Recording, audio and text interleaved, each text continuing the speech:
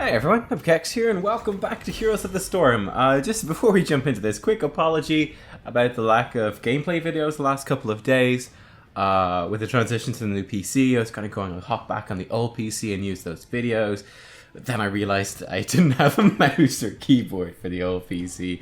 And it was just a whole bunch of clunkiness. So I said, you know what, although I had about 4 or 5 really good videos on that, I said I'll just make some new really good videos on the new PC and it'll be better quality and just better all around. So this game is quite fun because I actually bumped into a bunch of my friends that I would often play with. They're actually on the enemy team this time around, so I thought that would be kind of funny. And I'm going to be covering another sleeper OP hero in today's video, which is Cassia, with a sleeper OP talent build, I think, that a lot of people don't really appreciate, but I actually have been playing myself recently and finding incredibly good and incredibly powerful. I want to show that to you in today's video. You know, I did the Leoric video, was it about a week ago? I had a lot of fun in that one. It's something I really enjoy in the game, is finding these heroes and these talents that are actually super powerful, but kind of flying under the radar at the moment. So yeah, Cassia she's a really good hero, and this build especially, and her, they both actually fit in really nicely to the new meta, which is going to be coming out a little bit, where, you know, the double support team comps have been nerfed down and we're moving back much more so towards single support. What does Cassia bring? Well, we're going to be building Cassia into Valkyrie, and that brings a couple of things. Valkyrie as a heroic brings a really nice tool basically for pick potential, right? So you can pick off the support. If you hit the support with it, then there's a really good chance that you can get the kill because the enemy team doesn't have a second support to try to protect them. Alternatively, even if you hit one of the damage dealers, because they're probably going to have, you know, an extra assassin now, that's an extra squishy target that you could potentially hit. And once again, they'll only have, you know, one support left, one support there simply to deal with it. So it actually, I think it works really well in this new meta. Also on top of that, Cassia with her physical armor while moving, she gets 65 physical armor while moving. Very, very resistant to the damage, just the physical damage that a lot of assassins do. A lot of melee assassins do as well, and those are some of the heroes we're going to see coming back into the meta now that double support's been nerfed down. That's been opened up. So Cassia is actually a very safe ranged damage dealer into all of that.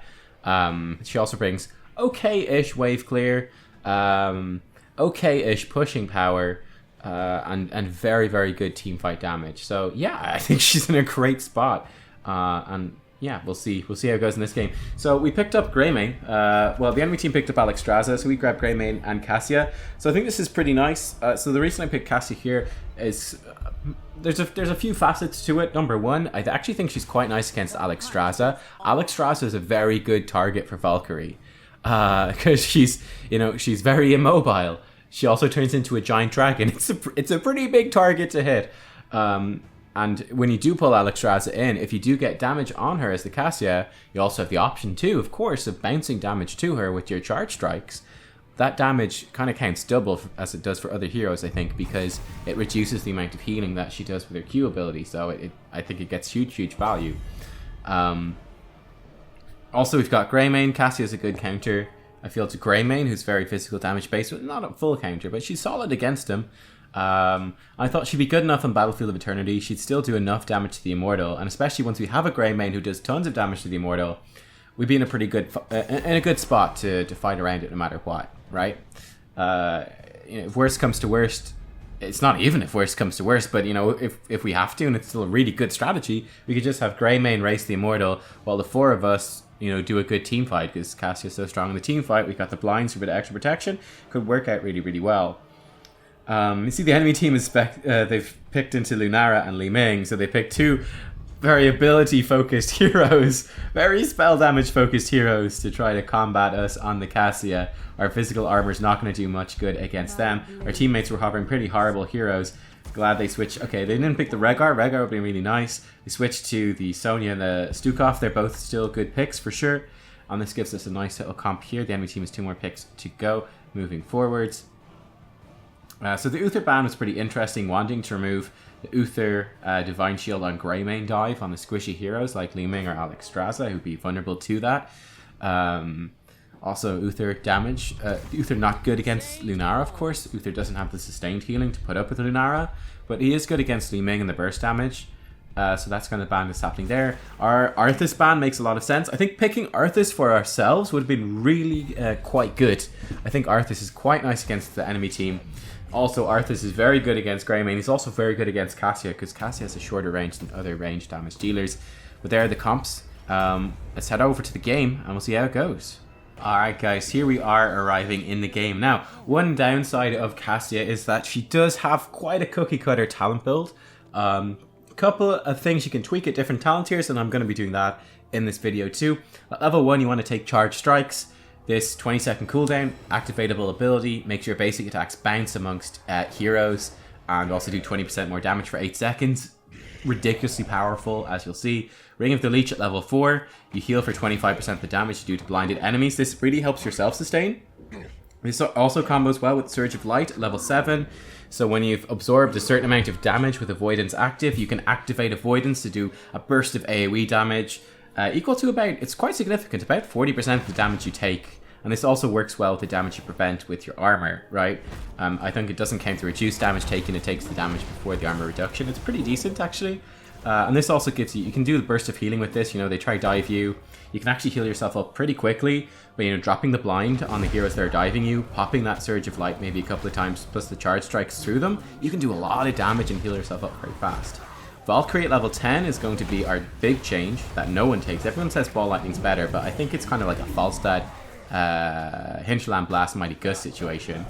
Level 13 would take Bounding Bolts, makes our Q or Lightning Fury slow enemies by 20% for a second and a half. This synergizes with level 16, which makes our basic attacks against stunned, rooted, or slowed enemies do 3% max HP bonus damage. Very nice as well. Then level 20, we're going to take Titan's Revenge. Our attacks ignore armor, basic attacks, excuse me, and our basic attack range improved by 2. So we're really just building into all of those basic attack talents, right? That's the real big goal there. And it's kind of multifaceted, right? So we got the extra range at level 20. We are applying slows consistently ourselves with our level 13. That's proccing, you know, all those more consistent basic attacks. We're proccing the bonus max HP damage. The charge strikes is bouncing around. We're healing ourselves for loads with the blinds. It all just works together really, really synergistically. Then we also got that really cool pick potential with Valkyrie. One thing to note about Valkyrie, and you'll see it in this game, meeting that orb is pretty dumb. I have a pretty bad early laning phase here, get hit by way too many of Li Ming's abilities. So one thing to definitely note about, like for example there, almost dying, it's pretty bad. Getting a bit too, very, very too greedy in terms of getting damage. Get hit again. Might actually die. No, I think we'll survive. Close call though. Valkyrie's got a wind-up time to it. It's about I think it's 0.75 seconds before the Valkyrie actually pulls anyone back. So just bear that in mind. Again, you're probably not used to playing with it just because it's considered a bad talent for whatever reason. So it'll take a little bit of getting used to. Much like I think people don't super love Cassia because your basic attack also takes some getting used to, because it is that shorter range and it's got a very particular animation and feel to it. But once you get that stuff down, it's similar to Lunara on the enemy team. You know, there's slightly unusual basic attacks. Once you get those down, you can start making some pretty nice plays. So yeah, we got level 4 now, which is nice. The enemy team is only 3.5, so we've got the advantage here in this Immortal. Also, they are defending, but not getting any damage on our Immortal, so that's all looking pretty good for us. And you can see him kind of posturing around the side, looking for some opportunities, looking for some wave clear when we have the chance. Throwing in the blind there to try cover. Again, poking with our Q through here, trying to get damage in on the Immortal and damage in on the enemy as well. Unfortunately, we're taking some good damage from Li Ming. She's punishing us very well whenever we've got those charge strikes active and we want to go in and get good damage down. Cassia does an absolute... If you position her well in this fight, she does an absolutely ridiculous amount of damage with charge strikes, right? Just bouncing around enemy heroes. Whenever they're stacked up, whenever they're close together, you can just absolutely destroy them, make their life pretty much a misery. It's quite impressive what you can do. Enemy team's got level 4 now, so you need to watch out. Nice pick there on the Li Ming. We're going to jump in on her, use our E to jump on her, finish her off with a basic attack, cancelling the E early. That's actually quite an important thing to do on the Cassia as well. Your E is rather a liability. You'll notice that I barely use it for much at all. Mostly use it as a gap closer, and then you can move, cancel it early and get a basic attack in. Oftentimes that's much more worthwhile, right? Instead of getting, you know, an extra half-second channel on your E, nice knockback from Alarak, No, just stop the channel on your E and fire a basic attack in. That will oftentimes do much more damage than you would do otherwise, right? So that's kind of an important little step there. You can see here, I'm noticing, you know, they're kind of, there's not that many of them. I'm feeling like I can fight them off, and this will actually be more beneficial to us than me joining in there. Getting kind of greedy, diving in after the Alarak, going for the flashy play. I know I'm dead here, so I'm just kind of diving after the Li Ming. It's a great silent zone and flask, and we're just doing what damage we can before we go. Should have done one more basic attack before I died right there, but we get the kill on Li Ming, which is great. Good follow-up by the team. But yeah, in that situation, that's a pretty interesting one, where it might have been better off just racing, but I felt like, hey, doing it kind of risky, because we're up against Alarak, Li Ming. Very difficult for them to land their abilities, and requires difficult coordination between the two so they don't counteract each other. I felt like I could actually play around that quite a bit and do okay. Did overstep a bit again as well. Early game, not so good. So that's one death. One death for us, unfortunately. But oh well. We got a nice Immortal here. It's pushing in, doing good damage on this fort. And level 7 to just about level 6 now, so that's quite nice. Sonya soaking in the side lane, of course, which is great.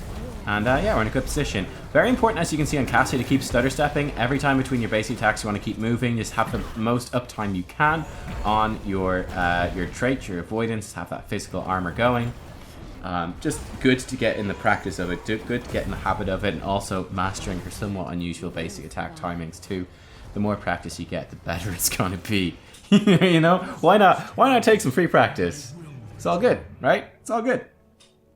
So we've got Surge of Light now. You can see that it's the colored part of our D ability filling up, and it will like flash and glow when it's available. It's actually kind of hard to keep track of that one, because it does come up, because it's based on enemy damage done to you. The timing on it can be really random. So you see they're being very cautious, because not sure if the enemy's going to be nearby. Once we see them going to the bottom, it's an interesting move by them as well, because they were top, they rotated bottom for a gank. They do get a kill on Greymane, give up the top siege camp. It's kind of smart, right, because they don't have a fort here, so they will be able to get back and defend it on time. And we don't have enough time to really race their bruiser camp. It's a big risk. We're coming down here though. Maybe able to fight. We'll see. We'll see. Certainly, I'm going to be able to do some wave clear at least. Diablo went in deep. Diablo is brave. Diablo will escape with his life intact. Yeah, and again with your Q, you're just trying to get, you know, value across as many things as possible. I'm pretty sure the side bits of the Q do as much damage as the main bits, so you're trying to trigger that across several things if you can, when it's an option. You see, I'm looking for like splashes onto the enemy team on minions and stuff. So don't hit them all, but you know, that little bit of extra poke again against the Alexstrasza, every little bit helps. You can also use your W for extra damage. So you can see right here getting some decent damage in on the Lunara. One more basic attack in there, woven properly, and we would have killed her, but we do a lot of damage to her, and she is forced back as we go into this Immortal phase. So our teammate has called for us to get 10. It's an interesting situation here. I think given that we just pushed them back, would have been nice to actually do a little bit of racing on the Immortal, then transition into getting 10. At least get some damage in. You can see now we're in a little bit of an awkward spot. There's the level 10. There we go. Sonya gets it up top. That's good. Where, yeah, it should actually work out fine. Never mind. It's going to work out just fine.